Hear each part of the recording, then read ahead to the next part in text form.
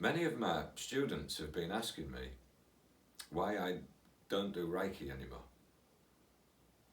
Well, I'll tell you quite simply, it's because when I was living in Rishikesh and studying with Dennis and the Kriya bands, I met a lady from Glastonbury who practiced unicorn Reiki. I kid you not. She channeled the spirit of a rainbow unicorn. So, I'd been in Rishikesh for a while and I was practicing Japanese Reiki, which is very different what the Japanese were doing, you see. They were in Japan. You have to remember that Reiki comes from Japan, okay? So there's no chakras in Japan, and they definitely didn't have rainbow unicorns either.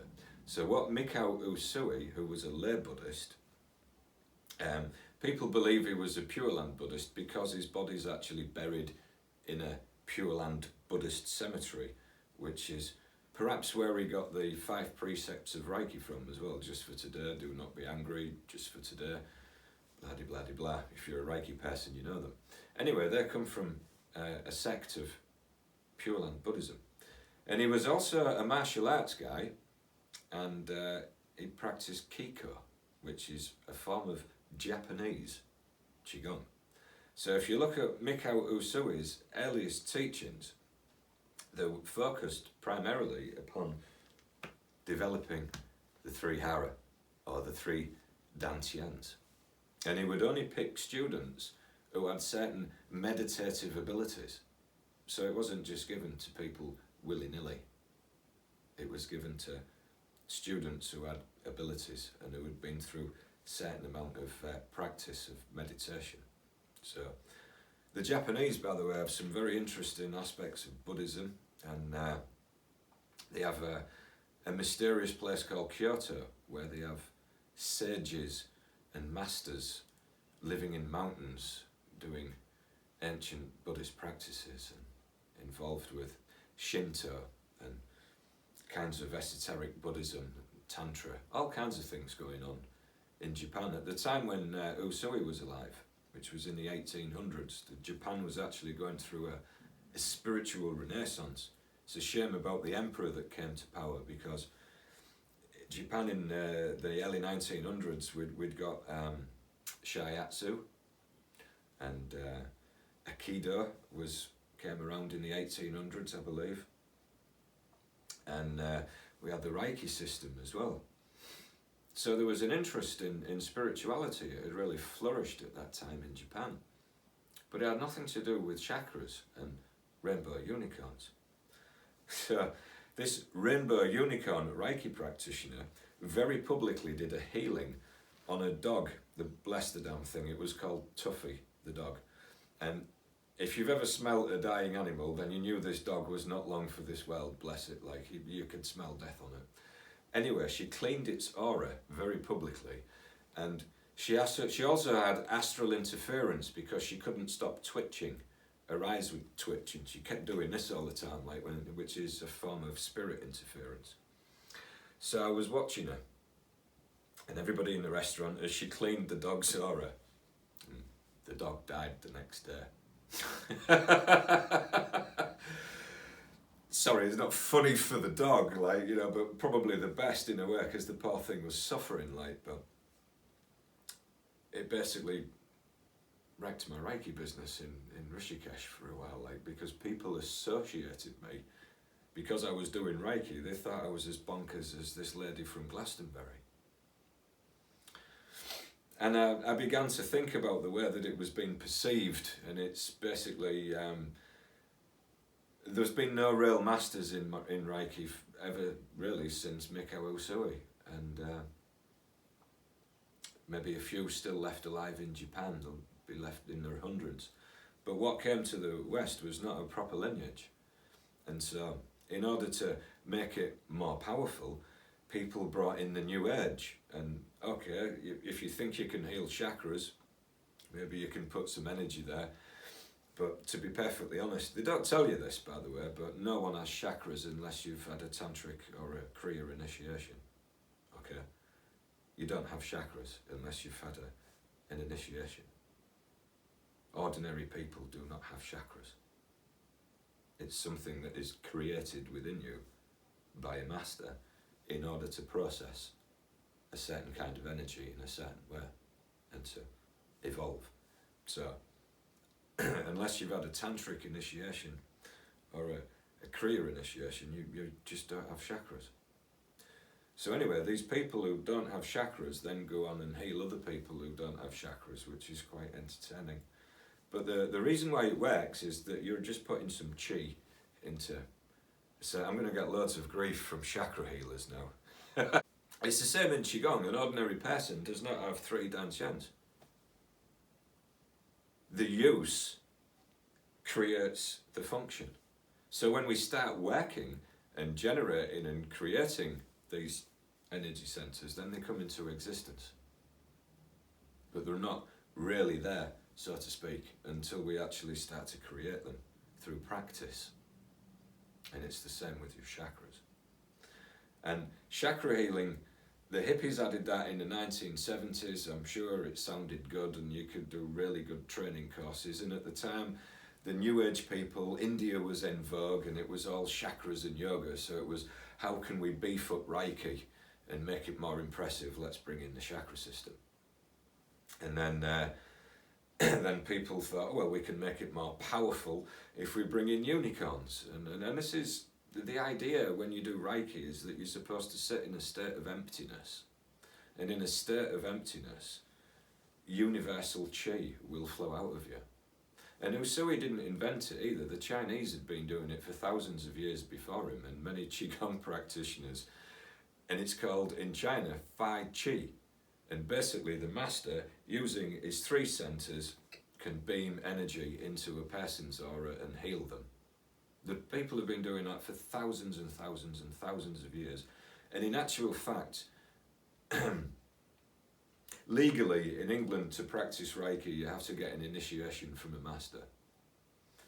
And there's people doing initiations over the internet, for God's sake. It's a pyramid scheme. So I felt that Reiki had become extremely dishonest in the West, and I didn't want to be a part of it anymore. And also, it's an ego trip for the Reiki practitioner as well. And if you're on a Buddhist path, which I kind of am, then healing other people, I'm not really on any path, but I just listen to what Buddhist teachers say. So the Buddhist monks have got the power to heal people, and you think, well, why don't they go around healing people? It's because when you heal somebody of an illness, you actually take on some of their sickness and karma. And unless you've got a tremendously strong energy body, you'll start getting sick and ill from the people that you are helping. The same thing happens to doctors, nurses and psychiatrists working with mentally ill people. The energy of the derangement of the mentally ill people is so all-encompassing and so spun around them that it seeps into the people that are helping them, and they get terrible problems themselves and have to take long holidays and stay away from hospital. And so, yes, energetic contagion, psychic contagion, all these kinds of things. And if you haven't been taught how to actually look after your energy body properly, how to work with prana or chi, unless you've got into the yogic or qigong system, you've just gone to a Reiki master from, I don't know, God knows where, who's never been anywhere, really heard anything apart from believing in the person who taught them. You've really limited yourself in knowledge and scope. So you've gone to this old lady, and maybe she's psychic and she can heal people, but she probably knows absolute nothing about consciousness and the energy body. And so you go and you do Reiki, and maybe you're getting results and this, that and the other, but you've also stunted your own spiritual development. And you've probably took on a lot of ego as well, because now you have the power to heal people and you can fix other people's lives. It's very empowering. I've been there myself. I used to pull things out of people. Could wave a hand over people, find some pain and pull it out. I've had people kissing my feet and getting on the knees and praying to me. and it's no good. So my teachers also saw this, and one of the things that concerned my spiritual masters the most, particularly my Kriya master and my meditation teacher Dennis, who himself had been a spiritual healer in Brazil with 500,000 followers, and had actually ditched it and ran off to a monastery in Vietnam for years and years and years because he realised it was no good for him and it was making him sick.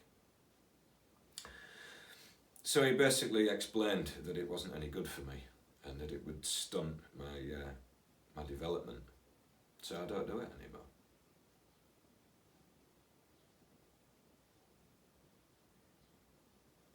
What I've found is, and for a while I brought my Qigong into the Reiki, you know.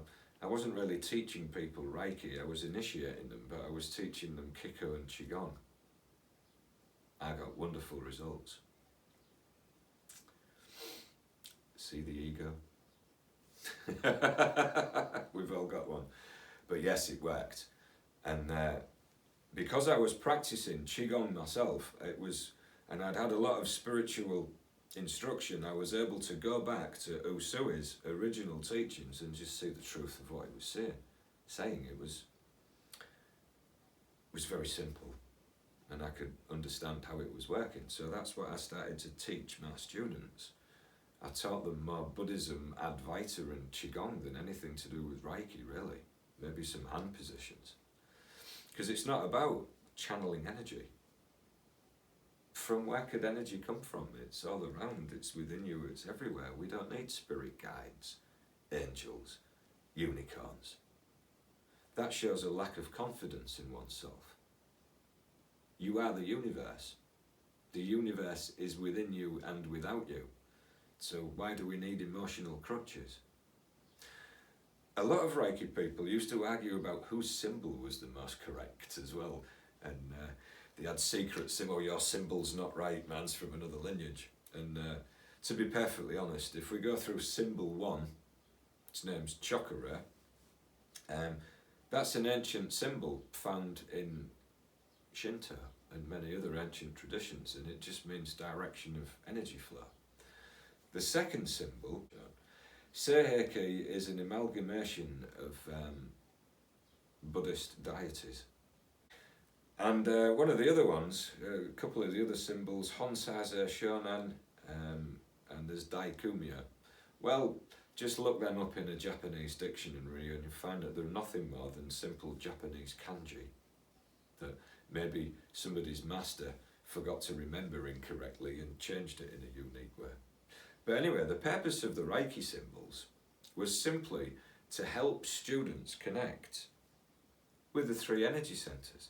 You see, some people needed visual stimulus. Some people like to work with mantras. So in order to help the students, they came up with different mantras and different names. And to help different students, they came up with symbols. It's what Tantra does. If you know people who work with Tantra, then they use certain images to connect with certain energies and certain parts of the body. So, and unless you've been initiated into Tantra or Kriya, you probably wouldn't know that. So, all that is then, within the Reiki system, the symbols are an aspect of Tantric Buddhism. And after a while, you don't really need them. All you need to really do is to be able to connect here, here, here, and here. Which we teach you in Qigong, and which you could learn through yoga. And you don't have to use mantras and imagery. You can actually get there by working with just a pure state of empty awareness, which is what Usui was originally doing. So Usui had a satori, which means he experienced a state of emptiness. So as a Reiki person, you should be seeking what the Master sought. And what the Master sought was that perfect emptiness.